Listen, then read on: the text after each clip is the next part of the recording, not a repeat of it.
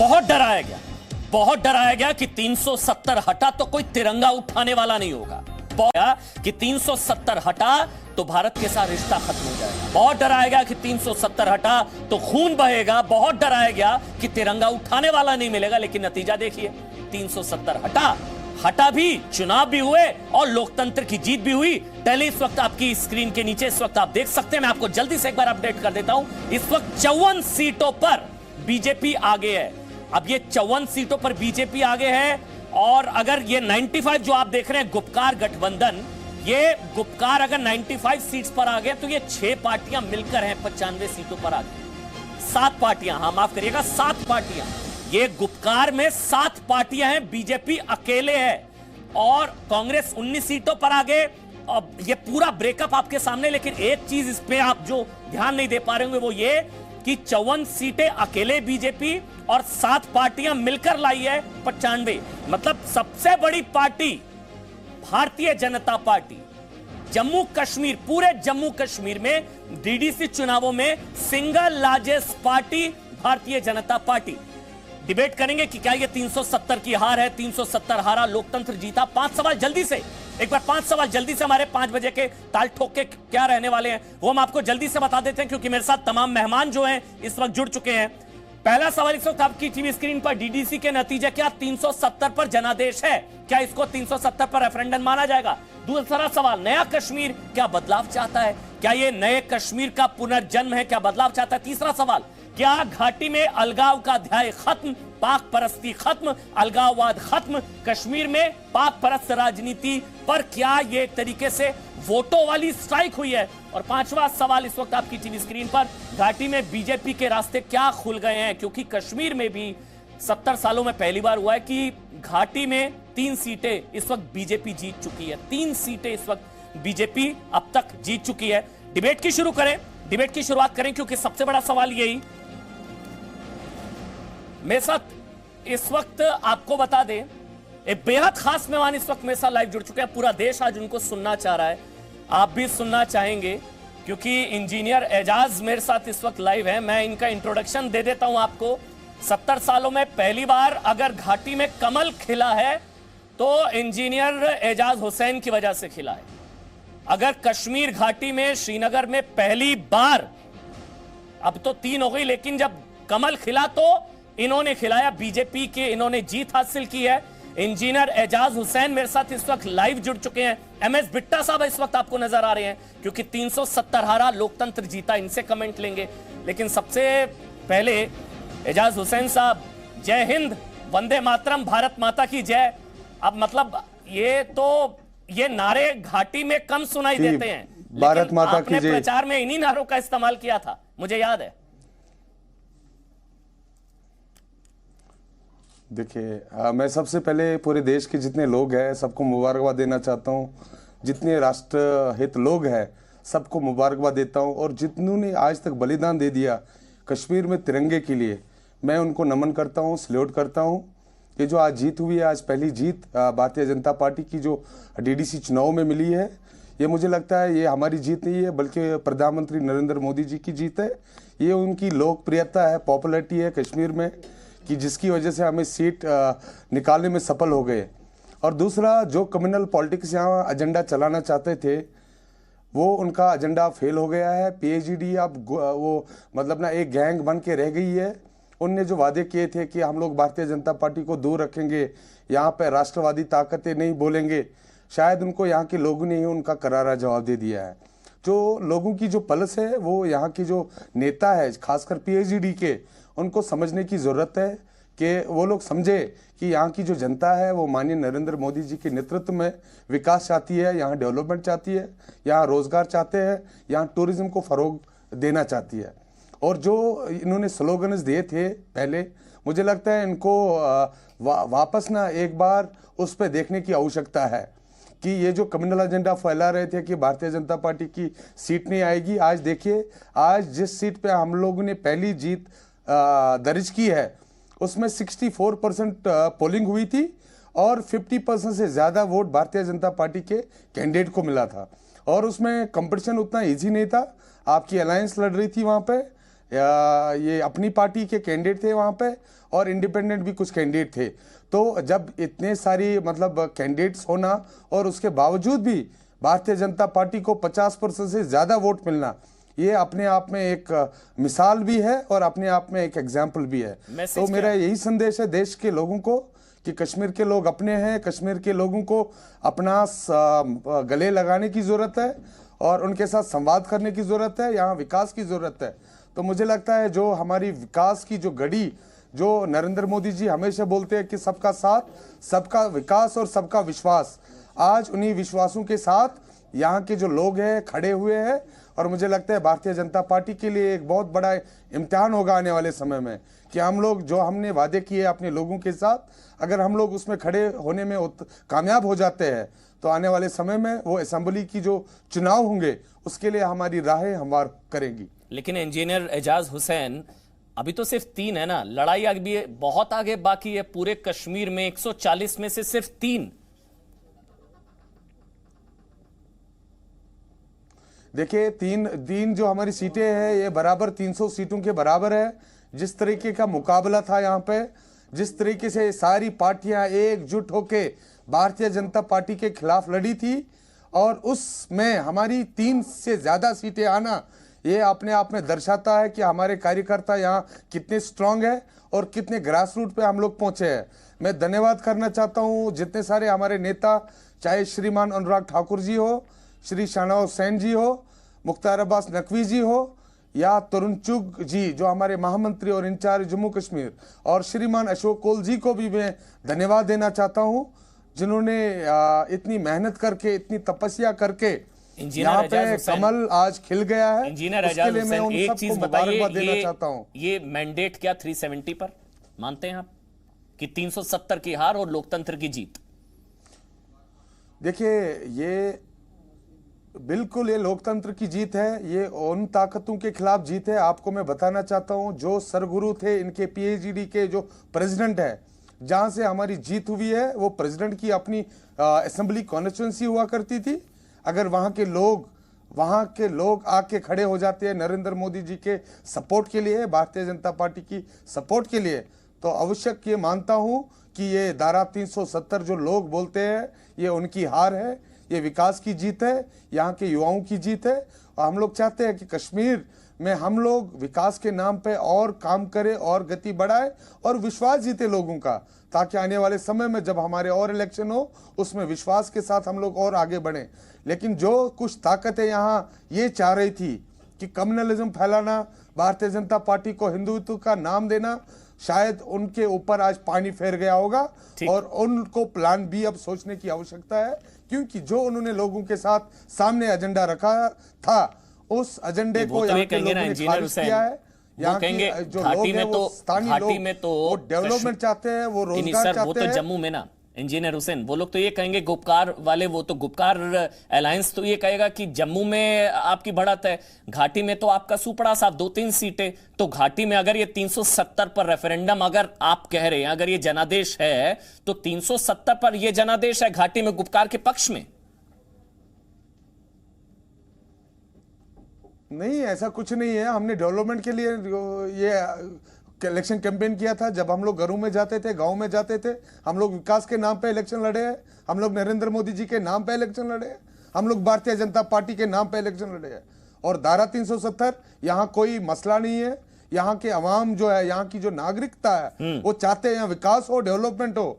और मुझे नहीं लगता जो इनके जो ख्वाब है, हसीन सपने, जो आज से 5 साल पहले अगर आप देखेंगे आपस में तानाशाही मारते थे, आज कैसे अकेले हो गए। इनको पावर की इच्छा है, इनको पावर चाहिए, इनको लोगों से कोई मतलब नहीं है। ये चाहते हैं कि पावर मिले इनको, और वो कैसे भी मिले वो लोग ये अच्छी तरीके से जानते हैं। कहाँ आज एक 5 पॉलिटिकल पार्टियां एक साथ इलेक्शन लड़ रही है, एक साथ बाकी पॉलिटिकल पार्टियां हैं और एक साथ भारतीय जनता पार्टी। तो ये उनके लिए रेफरेंडम है कि हम लोग तिरंगा यहाँ उठा लेंगे और घर घर में तिरंगा यहाँ फैलेगा। ये उनके लिए एक संदेश जाना चाहिए। ये हमारे लिए कोई रेफरेंडम नहीं है, ये उनके लिए एक संदेश है कि आप कितना भी कोशिश करोगे, यहाँ पे भारत माता की जय ना बोले कोई, यहाँ तिरंगा ना उठाए कोई, लेकिन तब भी यहाँ उठाने वाले होंगे और हजारों की संख्या में लोग होंगे। मतलब कश्मीर में भारत माता की जय, कश्मीर में वंदे मातरम, पहले ये कश्मीर में जय हिंद जा रहा था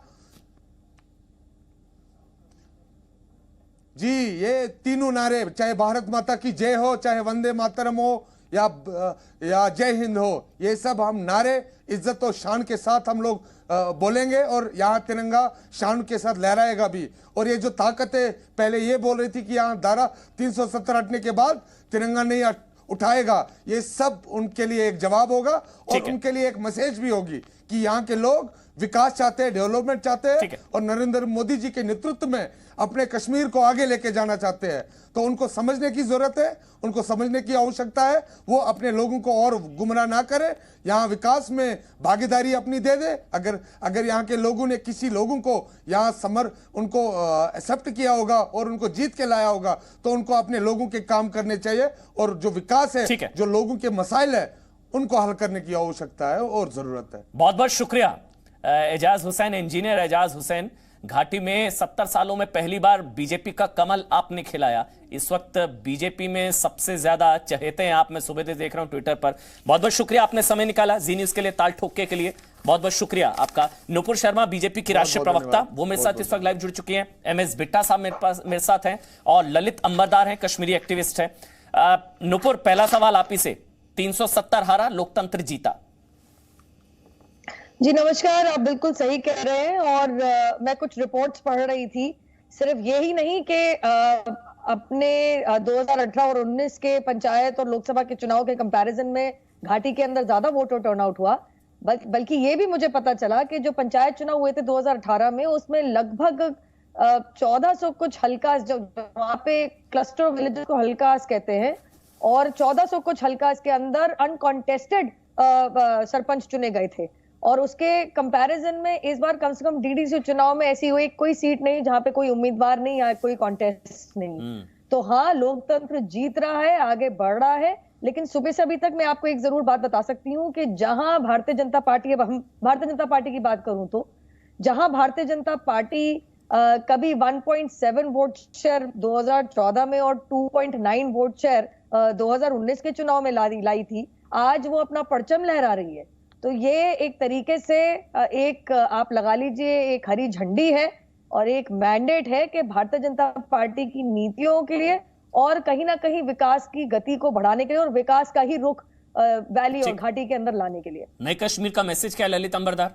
क्या चाहता नया कश्मीर? बदलाव, और बदलाव पर मोहर है ये जनादेश। ललित अंबरदार, देखिए ऐसा है कि इलेक्शन तो पहली बार नहीं हुए कश्मीर के अंदर, शुरू से होते रहे हैं, लेकिन इंपॉर्टेंट इसलिए हैं ये वाले इलेक्शन क्योंकि ये धारा 370 को एब्रोगेट करने के बाद ये इलेक्शन हुए हैं। तो मैं समझता हूं सिर्फ वो एक सिग्निफिकेंस है। अदरवाइज इसको रेफरेंडम की तरह बोलना, जैसे वो गुपकार गैंग ने तो इसको बोला था कि रेफरेंडम होगा 370 वापस लाना और तिरंगा की जगह वहां पे जम्मू कश्मीर का झंडा होगा, उससे ना जोड़ें। क्योंकि जब उन्होंने इन्हीं मेन स्ट्रीम पार्टीज ने पंचायत इलेक्शन का बहिष्कार किया था, तब तो उनके अगेंस्ट उन्होंने वो नहीं माना कि रेफरेंडम है, क्योंकि सब लोग वोट देने के लिए आए। उन्होंने अपने कैंडिडेट्स वहां पे प्रॉक्सी कैंडिडेट्स भी खड़े किए थे। तो उस नजरिए से मैं देखता हूं, तो इसलिए रेफरेंडम मैं चाहता हूं कि इसके बारे में इसका बोला भी ना जाए। और जहां तो 370 हटने के बाद की बात है, उसकी पुष्टिकरण होने की बात है जो इस इलेक्शंस के द्वारा, मैं समझता हूं वो तभी हुआ था। 5 अगस्त 2019 को जो हुआ वो इरिवर्सिबल है।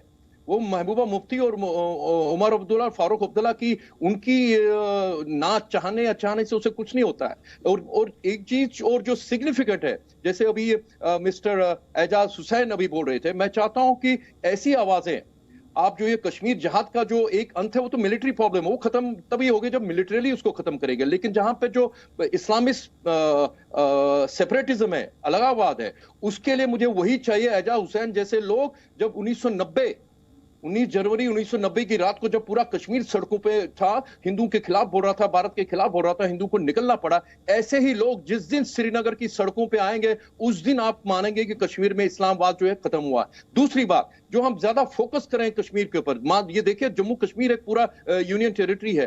अब जम्मू के बारे में सोचिए, जम्मू के लोग कैसे कर रहे हैं। और मुझे बड़े दुर्भाग्य से कहना पड़ रहा है कि कश्मीरी हिंदू जो उस कश्मीर जहाज के नरसंहार के सबसे बड़े विक्टिम हैं, जो बच के हैं, उनकी तरफ कोई तवज्जो नहीं दे रहा। उनको क्या, वो लोग वोट देते हैं।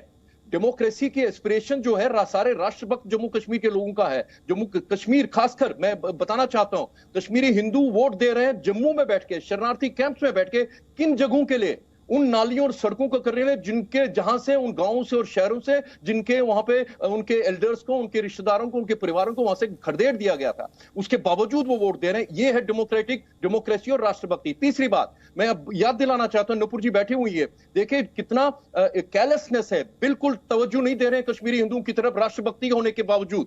क्या हुआ है, पिछले 75 दिन से 45 कश्मीरी हिंदू लड़के लड़कियां जम्मू प्रेस क्लब के बाहर प्रदर्शन कर रहे हैं, ये शांतिपूर्वक बैठे हुए हैं, क्योंकि उनको नौकरी दिलाने का जो एहसास दिलाया गया था, उन्होंने कंपटीशन क्लियर किया हुआ। आज तक गवर्नर के ऑफिस से या एडमिनिस्ट्रेशन की तरफ से कोई उनसे बात करने तक नहीं गया। उसके बावजूद वो लोग तैयार हैं, वो तो तैयार, क्योंकि वो तो उनके पास तो हमला इसीलिए हुआ था कि वो राष्ट्रभक्ति कश्मीर के अंदर तिरंगा चलता फिरता तिरंगा थे। मैं रिक्वेस्ट करता हूं, प्लीज खाली कश्मीर के ऊपर फोकस मत करिए। कश्मीर के अंदर आवाजें आ रही है, ऐसी आवाजें थी, ऐसी आवाजें थी, लेकिन जब आप पृथकतावादियों के ऊपर फोकस करते हैं, ललित अंबरदार जो टैली इस वक्त चल रही है, ललित अंबरदार आवाजें दबी रहती है। बिल्कुल नहीं, कोई नहीं दबाएगा ना जम्मू की आवाज। कहां से भाई? जो टैली है वो तो जम्मू कश्मीर की है ना। और अगर टैली में पूरे जम्मू कश्मीर में बीजेपी सबसे बड़ी पार्टी है ना, मैं पूरे जम्मू कश्मीर की बात कर रहा हूं। मैंडेट तो पूरे जम्मू कश्मीर का माना जाएगा ना भाई। ऐसा थोड़ी ना कि छत्तीसगढ़ में चुनाव होते हैं तो बस्तर का अलग, दंतेवाड़ा का अलग। भाई रिजल्ट तो छत्तीसगढ़ का होगा ना, उसी तरह रिजल्ट तो जम्मू कश्मीर का होगा। पूरे जम्मू कश्मीर का रिजल्ट है, और पूरे जम्मू कश्मीर में ये जनादेश में बीजेपी सिंगल लार्जेस्ट पार्टी है। गुपकार में 7 पार्टियां हैं। स्ट्राइक रेट भी एक बार मैं आपको दिखा दूं, लेकिन उससे पहले एमएस बिट्टा एक कमेंट आपका। एमएस बिट्टा एक कमेंट आपका। ये अलगाववाद का अध्याय खत्म मानूं मैं? ये नए कश्मीर का जन्म, नया कश्मीर मुबारक हो, या कहूं कि ये एक तरीके से नए कश्मीर की बदलाव पर मोहर है 5 अगस्त के बाद? अमन जी, पहले तो मैं आपको भी मुबारकबाद दूंगा, क्योंकि 370 धारा के ऊपर जब चर्चा हुई थी, और पहली बार जब 370 धारा के बारे में भूला था और अगले दिन वो 370 धारा हटी थी, आपने बहुत आवाज इस देश के लिए, राष्ट्र के लिए एक अच्छे पत्रकार होने के नाते की थी। और आज आपने, मैं अपनी जिंदगी में पहली बार सुन रहा हूं आपके मुंह से, एजाज जी से मुंह से, भारत माता की जय, वंदे मातरम। मुझे एजाज इंजीनियर को देखते हुए मुझे बचपन के दिनों की याद आई, जब पंजाब के अंदर आतंकवाद था, जब आतंकवादी कहते थे अगर कोई इलेक्शन लड़ेगा, बिट्टा इलेक्शन लड़ेगा तो बम्बों से उड़ा देंगे, जो वोट डालने जाएगा उसके हाथ काट देंगे, और जो वंदे मातरम बोलेगा गोलियों से उनको छाननी कर देंगे। और बड़े लोग शहीद हुए, गोलियां बम सबने हमने खाए। पर एजाज जैसे इंजीनियर, ऐसे कार्यकर्ता बीजेपी से निकल आए। बीजेपी के अलग पॉलिटिकल पार्टियों के मतभेद हो सकते हैं, पर भारत माता की आवाज और वंदे मातरम की आवाज, अमन जी आपने एक शुरुआत करा दी, आपका बहुत बड़ा रोल है। वंदे मातरम, भारत माता की जय, तिरंगा झंडा ही हमारे लिए शक्ति, ताकत है। और मैं आपको स्पष्ट कह दूं, ये 370 धारा को बहुत गहरी चोट पहुंची है। जो ये लोग कहते थे 370 धारा के बाद फिर आतंकवाद लाएंगे, हम ऐसा करेंगे, ऐसा करेंगे, आज ये साबित कर दिया, वहां के लोगों ने, वहां की आम जनता ने साबित कर दिया कि ये है लोकतंत्र, ये है शक्ति। ये 370 धारा तो पहले की पॉलिटिकल पार्टियां जितनी भी रही, जो मजे लेती रही देश के नाम के ऊपर, जो हिंदू मुस्लिम सिख ईसाइयों के खून कपस पसीने का हिंदुस्तान का पैसा जम्मू कश्मीर में गलत तरीके से इस्तेमाल करते रहे, अगर पहले ये चीजें होती तो आज बहनों के सुहाग ना उजड़ते। ये ग्राफिक्स जो चल रहे हैं, मेरे को ये बताना जरूरी है। बेटा साहब एक मिनट, ये जो ग्राफिक्स थे, एक बार फिर से उन ग्राफिक्स को दिखाया जाए, क्योंकि ये जो बार बार कहा जा रहा है कि बीजेपी 54 सीटें हैं और गुपकार को तो 95 सीटें मिल गई, तो ये तो गुपकार की जीत हो गई ना। नहीं, इसको इस तरीके से आप समझिए, गुपकार में 7 पार्टियां हैं, 7 पार्टियां गुपकार में, 7 पार्टियां, मतलब अखाड़े में आप सोचिए, अखाड़े में इस तरीके से आप सोचिए कि एक तरफ 7 पहलवान और एक तरफ 1 पहलवान, अब वहां 7 एक तरफ है और एक तरफ है। यहां 7 जो है गुपकार में 7 पार्टियां थी, सातों ने मिलकर 95 सीटें जीती और बीजेपी अकेले जो है वो 50 से ज्यादा 54 सीटें हासिल यहां पर करती नजर आ रही है। ये सबसे बड़ा फैक्ट। दूसरा सबसे बड़ा फैक्ट ये है कि बीजेपी, अब देखिए इसका स्ट्राइक रेट आप समझिए, बीजेपी जो है 54 सीटें यहां पर जीतती नजर आ रही है, स्ट्राइक रेट जो है वो 23% से ज्यादा है। मतलब कितने पर लड़ी और कितनी जीती, ये बीजेपी का स्ट्राइक रेट जो है 54 है। गुपकार का अगर आप स्ट्राइक रेट देखेंगे पार्टी वाइज अगर आप देखें, क्योंकि इसमें तो 7 पार्टियां हैं, 95 सीटें हैं, तो यहां पर 7% से भी कम का स्ट्राइक रेट है। इसको इस तरीके से आप समझिए। कांग्रेस की अगर बात की जाए, जितनी सीटों पर लड़ी, जितनी सीटें जीती, उसका स्ट्राइक रेट जो है वो सिर्फ 8% के आसपास है। मतलब एक बीजेपी 7 पर कैसे भारी। अपनी पार्टी की अगर बात की जाए तो 7 सीटों पर आगे है, 3% का स्ट्राइक रेट है, जितनी सीटों पर जो है बीजेपी या अपनी पार्टी जितनी सीटों पर चुनाव लड़ी थी। मतलब एक पार्टी 7 पार्टियों पर भारी। नुपुर शर्मा, फिर इस ऐसे में सवाल मेरे ख्याल से यही उठता है कि बहुत डराया जाता था भाई। मुझे याद है कि मैं यहां पर डिबेट करता था, रोज डराया जाता कि 370 हटा तो कोई तिरंगा उठाने वाला नहीं मिलेगा, खून बहेगा। ये तो कुछ भी नहीं हुआ, ये तो तिरंगे की जीत हुई ना। सबसे पहले मैं ललित जी को बताना चाहूंगी। ललित जी, आपने जो इन्फॉर्मेशन दी है वो नोट कर ली गई है और हम गवर्नर साहब के ऑफिस में अपनी पार्टी के द्वारा हम बता देंगे कि इस चीज को अगर जो भी हो सके बच्चों की सहूलियत के लिए वो किया जाए। दूसरी बात ये मत समझिएगा कि हम लोग इग्नोर कर रहे हैं। जम्मू में हमेशा बीजेपी का परचम लहराया है और बीजेपी को जितना प्यार जम्मू में मिला है वो इसीलिए मिला है क्योंकि बीजेपी ने कभी जम्मू को पीछे छोड़ा नहीं। जम्मू कश्मीर एक ही है हम लोगों के लिए। ये जो विभाजन किया जा रहा था कि वहां से हिंदुओं को भगाया जा रहा था, उन्हीं के रीइंस्टेटमेंट के लिए तो 35A भी हटी, 370 हटनी इतनी जरूरी थी क्योंकि वहां की बहन बेटियों को वो इज्जत नहीं मिल पा रही थी कि अगर वो क्षेत्र से बाहर शादी कर ले तो उनके बच्चों और उनको तक कोई सक्सेशन में प्रॉपर्टी मिलने का कोई तरीका ही नहीं था, कानून ही अलग था, उसके परे था। और वहां के रहने वाले अगर जो लोग थे, चाहे एबोरिजिनल्स हो या अन्य जाति के हो, तो उनको ना तो ढंग की पढ़ाई, और अगर पढ़ाई अच्छी हो गई तो सरकारी नौकरी में कोई जगह नहीं। ये सब एक तरीके से जो अनफेयरनेस थी घाटी के अंदर, उसको हटाने के लिए 35A का हटना बहुत जरूरी था। इसलिए भारतीय जनता पार्टी ने अपने मैनिफेस्टो में, संकल्प पत्र में जो लिखा वो किया और करके भी दिखाया। अब रही बात, मैं अब आपने बीजेपी की बात करी तो आप बिल्कुल सही कह रहे हैं। ये गुपकर अलायंस वही है जिनमें कुछ अन्य पार्टियां ऐसी थी। धारा 370 के एब्रोगेशन के बाद सबसे पहले कहा था कि हम चुनाव ही नहीं लड़ेंगे। तिरंगे से रिश्ता उन्होंने खत्म कर दिया था। लोकतांत्रिक ताकतों के लिए उन्होंने कहा था कि हम चुनाव ही नहीं लड़ेंगे जब तक आप धारा 370 को वापस ताकतवर नहीं बनाएंगे, हम चुनाव ही नहीं लड़ेंगे। आज देखिए घूम फिर को उनको बात माननी पड़ी और धारा 370 के एब्रोगेशन के बाद, उसके बावजूद उस पूरे चेन सर्कमस्टांसेस के अंडर डीडीसी के पहले चुनाव उनको लड़ने पड़े। दूसरी बात, उन्होंने कहा था कि तिरंगा नहीं फहराएंगे, उन्होंने कहा था संविधान नहीं मांगेंगे, हमारा अपना झंडा है, हमारा अपना संविधान है। लेकिन उसी संविधान के तहत जहां पे धारा 370 एब्रोगेट हुई है, उसी संविधान के तहत जहां पे हमारे तिरंगे झंडे को सबसे ऊपर का ओहदा दिया जाता है। एक और बात बताती हूँ मैं, वही महबूबा मुफ्ती के घर के बाहर हमारी भारतीय जनता पार्टी की रैली भी निकली है। जिस दमखम के साथ वहां पे कैंपेनिंग हुई है इस बारी, पहले नहीं होती थी, तो उनको उसी संविधान की बात माननी पड़ रही है और उसके तहत चुनाव लड़ना पड़ रहा है। जी बिल्कुल, वही तो। इसलिए मेरे साथ अब महबूबा मुफ्ती की पार्टी पीडीपी से मोहित भान साहब इस वक्त लाइव जुड़ चुके हैं और सनम शाह कांग्रेस से हैं। लेकिन पहले मोहित भान साहब, जीत तो तिरंगे की हुई, उस तिरंगे से जिससे आप लोग अपना रिश्ता खत्म कर चुके थे, इन चुनावों में जीत तो तिरंगे की ही हुई है ना सर? अमन जी, पहली बात तो जो आप ये बोल रहे हैं ना, जिस तिरंगे से हमने ये रिश्ता खत्म किया, अगर जम्मू कश्मीर के अंदर तिरंगा किसी ने शान से लहराया है तो वो जम्मू कश्मीर की जो मेन स्ट्रीम पार्टीज है इन्होंने लहराया है।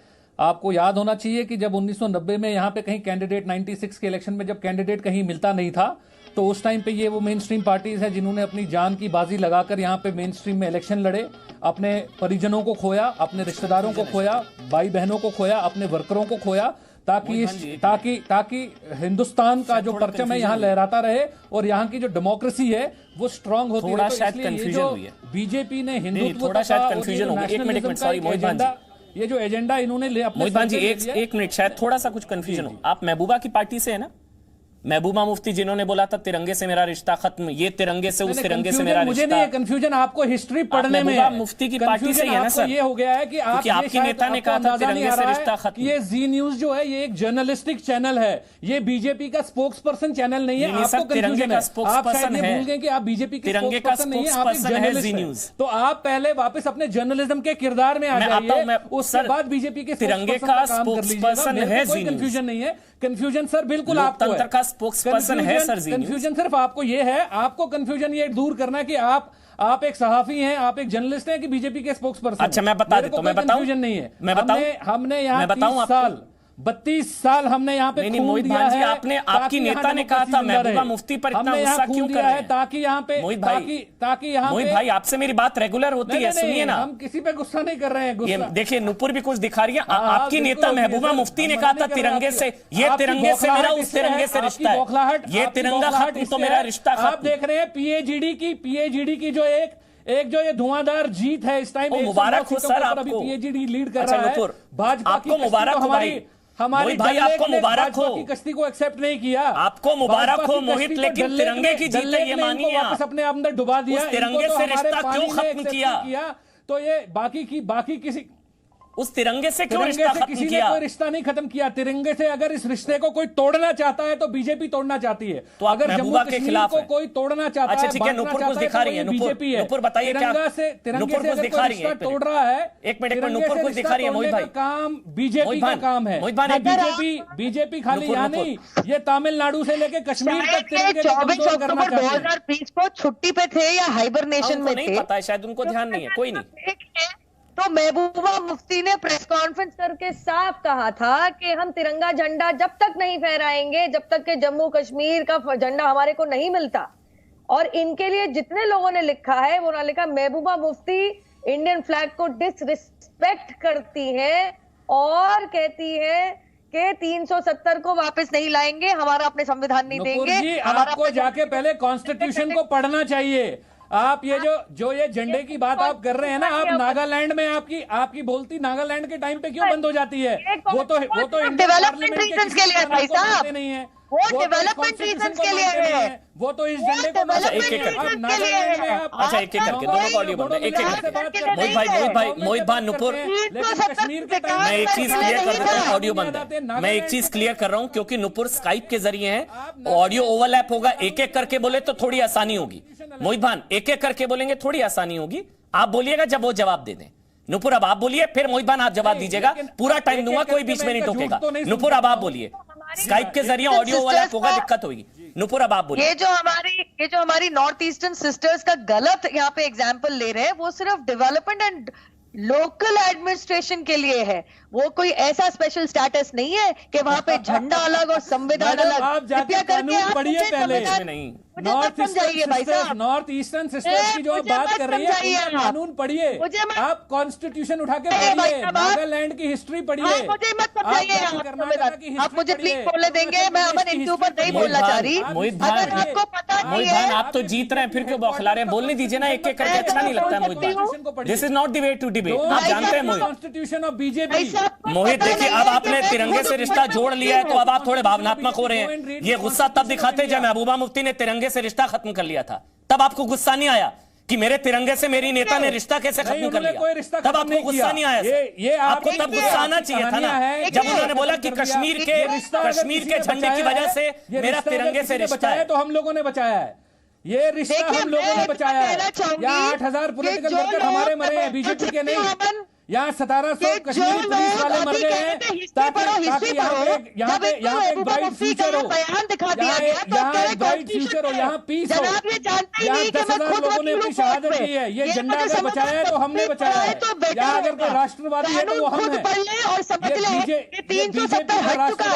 और उसी के चलते इनकी महबूबा मुफ्ती ने यहाँ कामयाब होगा नहीं। और यहाँ लोगों ने बीजेपी को रिजेक्ट करके दिखा दिया है। आप बीजेपी के जो जम्मू में जिसको ये अपना टर्फ कहते थे, आज जम्मू में ये शक्ल दिखाने लायक नहीं रह रहे।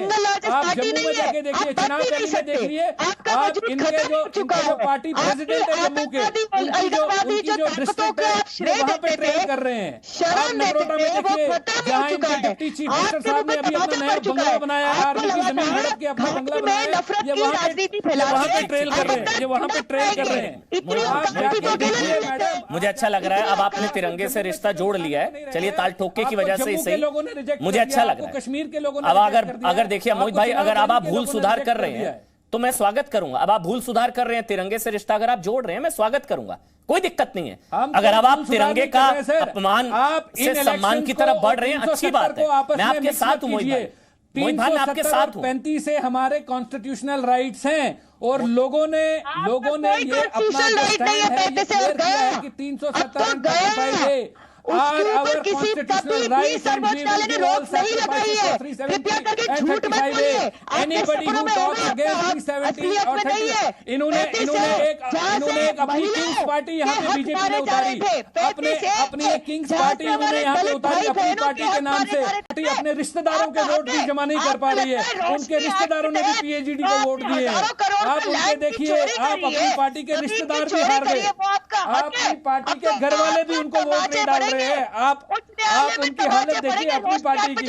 आज यहाँ पे लोगों के अंदर जश्न का माहौल है, क्योंकि उन्होंने एक फासिस्ट ताकत को हराया है।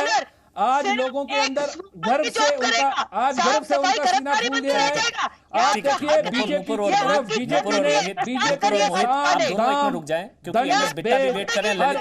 का इस्तेमाल इस चुनाव में किया। देखिए एक चीज अच्छी लगी मेरे को एक चीज आपकी बेबाकी इसलिए अच्छी लगती है, उसके बाद भी हार का सामना देखना पड़ा। मुझे आपकी एक बेबाकी इसलिए अच्छी लगती है क्योंकि आप अपने नेता की भी फिक्र नहीं करते हैं जब बात तिरंगे की हो। जब बात तिरंगे की आती है और राष्ट्रवाद की आती है तो आप अपनी नेता महबूबा मुफ्ती के बयान की भी परवाह नहीं करते हैं। उसके लिए वाकई हेड्स ऑफ टू यू। मतलब आपकी नेता ने बोला मेरा तिरंगे से रिश्ता खत्म, लेकिन आप बोल रहे हैं मेरा तो रिश्ता है। अच्छी बात है, तिरंगा बड़ा है, देश बड़ा है, नेता नहीं। अच्छी बात है कि आप महबूबा मुफ्ती के बयान का विरोध कर रहे हैं और अब तिरंगे से रिश्ता फिर से स्थापित कर रहे हैं। एमएस बिट्टा, उसके बाद ललित अंबरदार, पहले एमएस बिट्टा। मैं आपके साथ हूं मोहित भाई, मैं आपके साथ हूं क्योंकि आप तिरंगे के साथ है। मैं महबूबा मुफ्ती के साथ नहीं हूं क्योंकि उन्होंने तिरंगे से रिश्ता खत्म किया था। यहाँ करेंगे, हम अपने झंडे को भी वापस लाएंगे। हम 370 अच्छा वो नहीं आ रहा चैप्टर क्लोज, अब बताइए। चलिए वो नहीं आ रहा चैप्टर क्लोज, 370 खत्म। आपका झंडा जम्मू कश्मीर का झंडा अब नहीं, अलग झंडा नहीं, एक देश एक विधान एक निशान एक झंडा। हमारा जो दूसरा झंडा है नहीं आ रहा ना, छोड़िए ना चैप्टर क्लोज, नहीं आ रहा। अब बताइए क्या, बताइए आप है रिश्ता या नहीं है? आपके लिए चैप्टर क्लोज हो जाएगा क्योंकि आपका कोई लेना देना नहीं। अच्छा नहीं आ रहा, आप बताइए रिश्ता है? कभी क्लोज नहीं हो जाएगा। अब है रिश्ता, बिना उस झंडे के तिरंगे से रिश्ता है, हाँ या ना? सर आप इलेक्शन रिजल्ट पे भाइए, आप फंस गए ना, आप बताइए ना। मुंह की खाई, बिना उस झंडे के तिरंगे से रिश्ता है, हाँ या ना? मुंह की खाई, आप इलेक्शन की बात कीजिए पहले।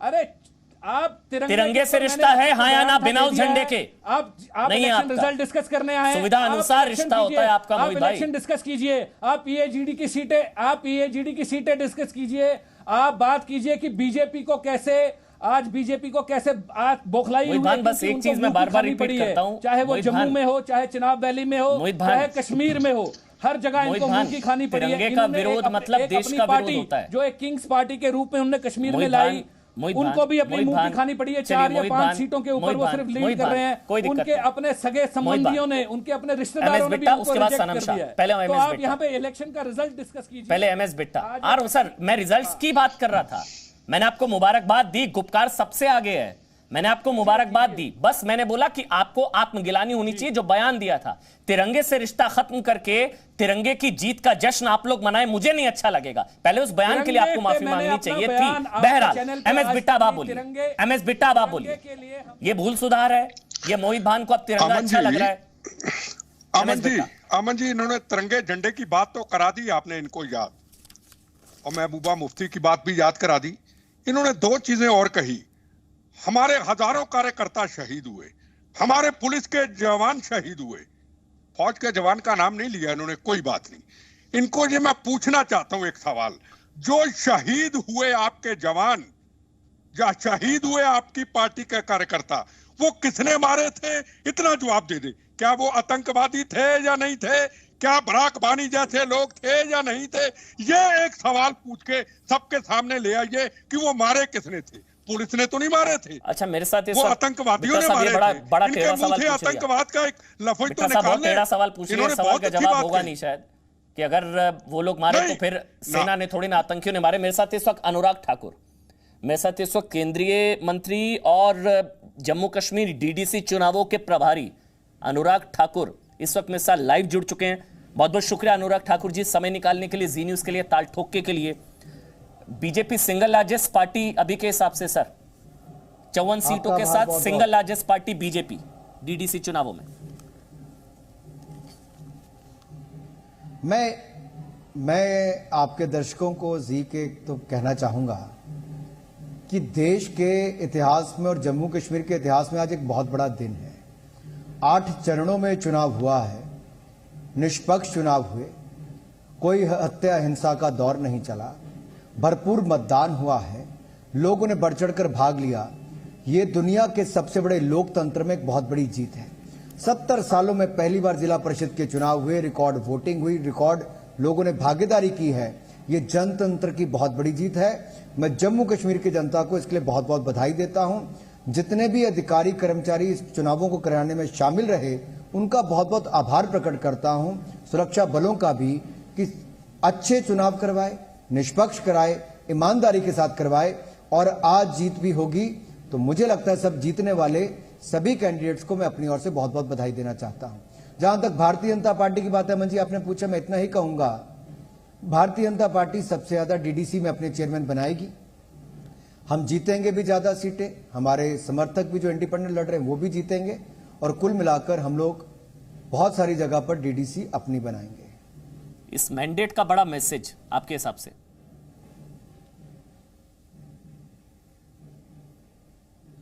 देखिए, सबसे बड़ा मैसेज तो यही है कि ना हम गोली से डरे, ना बारूद से, ना बंदूक से डरे, बल्कि हमने बैलेट की ओर जाने का काम किया।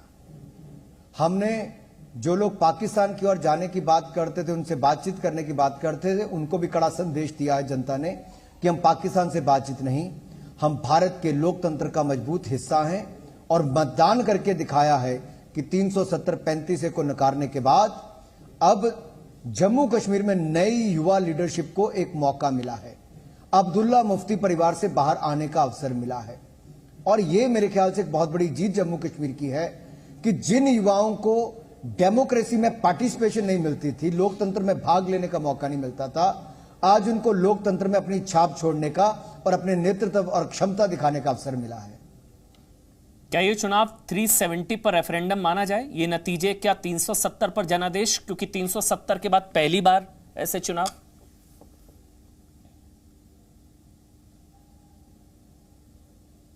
देखिए, 370 के बाद बहुत सारे कदम जम्मू कश्मीर के हित में उठाए गए। जम्मू कश्मीर को नई ऊंचाइयों पर ले जाने का हम लोग काम कर रहे हैं। चुनाव एक प्रक्रिया है जो लगातार चलती है, लेकिन यह जरूर है कि पहली बार जम्मू कश्मीर में जिला परिषद के चुनाव हुए, ये बड़ी बात है। लेकिन आप इसको 370-35 के रेफरेंडम के साथ जोड़ करना, देखिए मुझे लगता है इसको लोकतंत्र की जीत कहिए कि लोकतंत्र को साथ दिया है जम्मू कश्मीर की जनता ने और कहा है हम ना पत्थर उठाएंगे ना बंदूक उठाएंगे, हम कलम उठाएंगे और जम्मू कश्मीर के विकास की एक नई कहानी लिखेंगे। जम्मू कश्मीर की तकदीर और तस्वीर बदलने का हम काम करेंगे। कश्मीर में भी 3 सीटें सर, एजाज अहमद खान, इंजीनियर एजाज हुसैन और मीना लतीफ।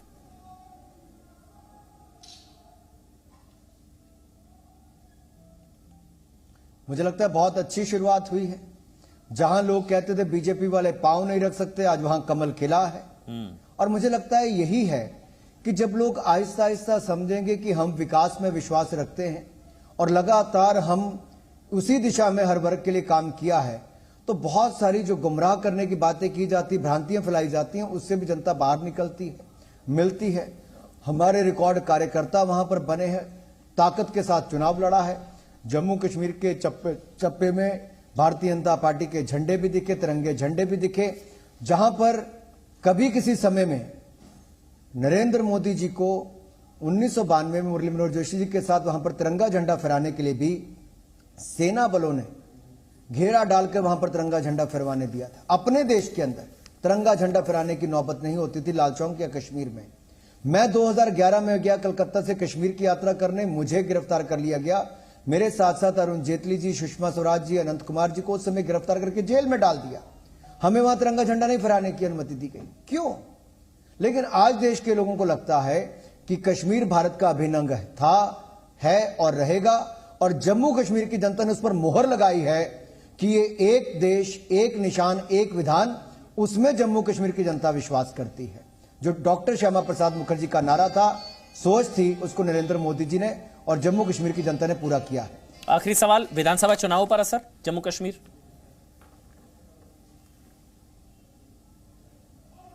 मुझे लगता है जब पंचायत के चुनाव हुए, पंच सरपंच के चुनाव हुए, बीडीसी के चुनाव हुए, अब जिला परिषद के चुनाव हुए, तो निश्चित तौर पर आने वाले समय में माहौल को देखते हुए यहां पर विधानसभा के चुनाव भी होंगे, अपना मुख्यमंत्री होगा और यहां पर अपनी सरकार होगी जम्मू कश्मीर की।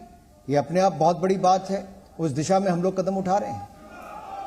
बहुत बहुत शुक्रिया अनुराग ठाकुर जी, आपने समय निकाला और आप कश्मीर की जनता ने उस पर मोहर लगाई है अमन जी, जी कि जम्मू कश्मीर की जनता चाहती है कि चुनाव विधानसभा के भी हो। जम्मू कश्मीर की जनता ने उस पर मोहर लगाई है कि चुनावों में विश्वास करते हैं, लोकतंत्र में विश्वास करते हैं।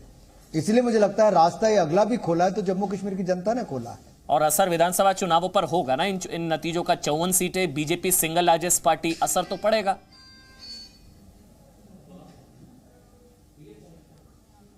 निश्चित तौर पर, निश्चित तौर पर। चलिए, बहुत बहुत शुक्रिया अनुराग ठाकुर, आपने समय निकाला। और आपको बता दें, जम्मू कश्मीर डीडीसी चुनावों के प्रभारी भी हैं। बहुत बहुत शुक्रिया आपका अनुराग ठाकुर, आपने समय निकाला।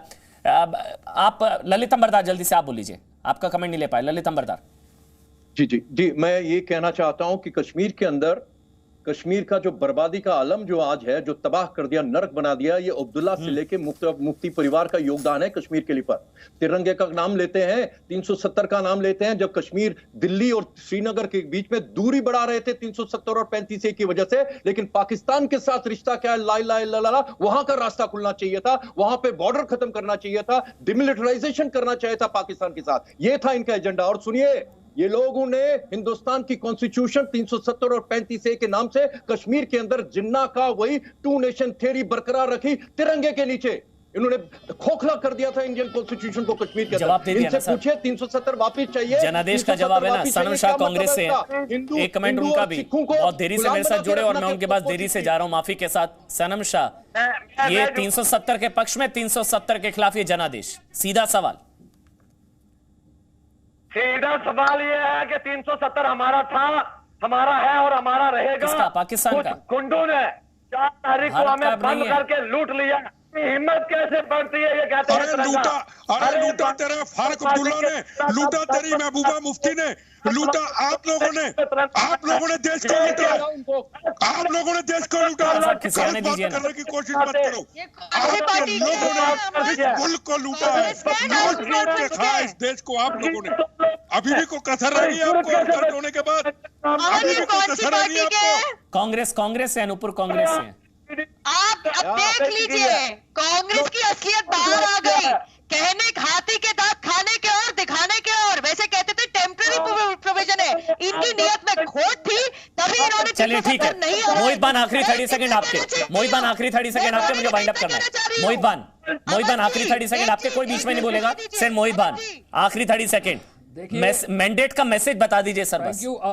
मोहित भाई, ये मैंडेट का मैसेज सिर्फ ये है क्लियरली, चाहे जम्मू रीजन है, चाहे चिनाब वैली रीजन है, चाहे कश्मीर रीजन है, मैंडेट सीधे है कि जो हमारे स्पेशल राइट्स थे, जो कॉन्स्टिट्यूशनल राइट्स थे, जो इंडियन कॉन्स्टिट्यूशन, इंडियन पार्लियामेंट ने हमें गारंटी किए थे एक्सेशन पे, ये रुझान जो है, ये जो रिजल्ट है, ये उसके ऊपर की एक स्टैंप है। लोगों ने हर किसी ऐसी ताकत को रिजेक्ट कर दिया है, चाहे वो जम्मू रीजन से हमारे लोग हों, चाहे वो चिनाब वैली से हमारे लोग हों, चाहे वो कश्मीर रीजन से है, कि ये ऐसी तानाशाही बिल्कुल यहां चलेगी नहीं, ऐसी जोर जबरदस्ती यहां चलेगी भी यही मतलब। और जो भी असेंबली इलेक्शन आने वाले, जैसे अनुराग ठाकुर जी ने बताया, ये असेंबली इलेक्शन के अंदर भी उनको बहुत जल्दी से क्लियर हो जाएगा कि कैसे बीजेपी हर एक रीजन से, हर एक खित्ते से यहाँ उनका सुपड़ा साफ हो जाएगा। मोहित भाई, और आपने जो मतलब समझाया, बीजेपी की जीत का भी यही मतलब है। मैं बस यही उम्मीद करता हूं। हमारे जो राइट्स हैं, 370 है, 35 है, सर खत्म हो गया। डिग्निटी के साथ जम्मू छोड़ दीजिए ना, नहीं होगा, रिटर्न करना, छोड़ दीजिए सपने। और एक पाकिस्तान को चिंता 370 की, बस यहाँ अब नहीं होगा, खत्म हो गया। हम सारे जम्मू कश्मीर को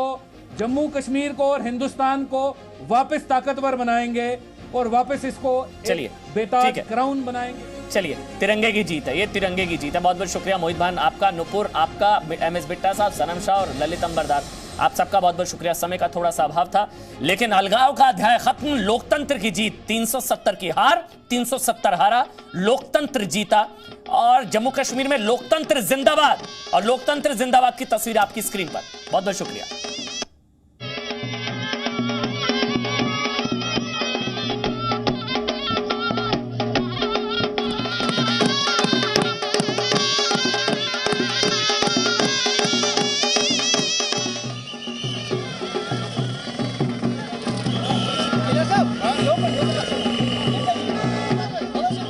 Presenting B News app, available on Google Play and App Store. Download it now.